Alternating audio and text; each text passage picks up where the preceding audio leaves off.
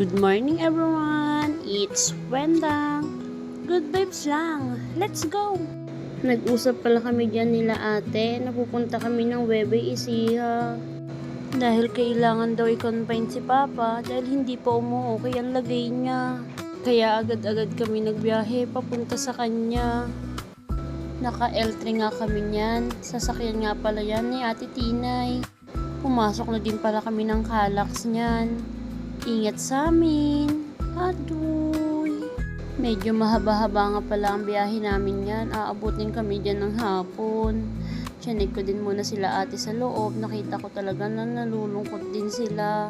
Ito yung biyaheng ayoko. Yung magbabiyahe kaming malungkot.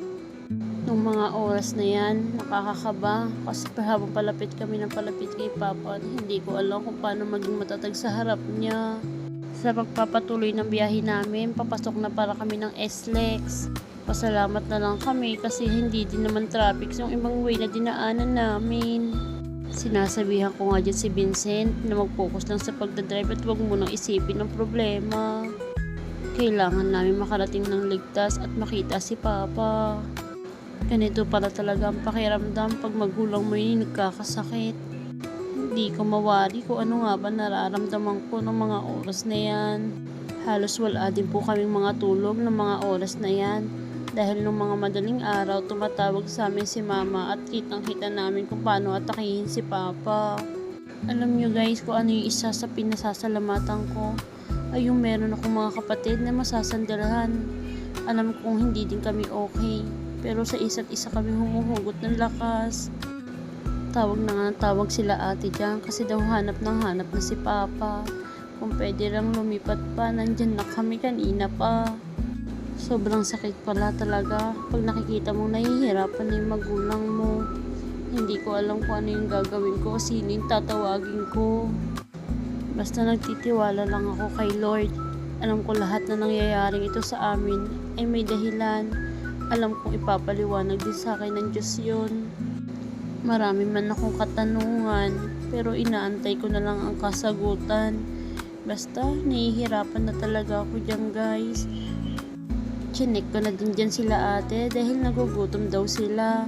Nagpapahanap ng makakainan sa gilid-gilid. Wala namang kaming makita. Aduy! Sabi ko nga sa kanila dyan, uminom muna ng tubig. Nakakabusog din naman ang panay tubig. Unting sakripisyo talaga para kay Papa. Lahat gagawin namin para sa kanya. Hinuhunta ko nga dyan si Vincent para hindi makatulog dahil puyat nga po siya. Hindi rin po nagtagal, nakapasok na kami sa arko ng Webe Ecija. Welcome sa Gapan! Pagpasok namin sa Gapan, nagdire-diretso na din kami. Nakarating na din kami sa San Leonardo. Unting oras lang din dyan, nakarating na pala kami sa ospital niyan. Alam nyo ba guys, habang nakita ko yung ospital, naiiyak na ako dyan.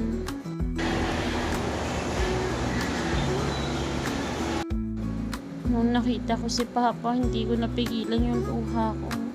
Sobrang payat niya. Ang request kasi ni Papa ay magbantay daw kami ng mga anak niya.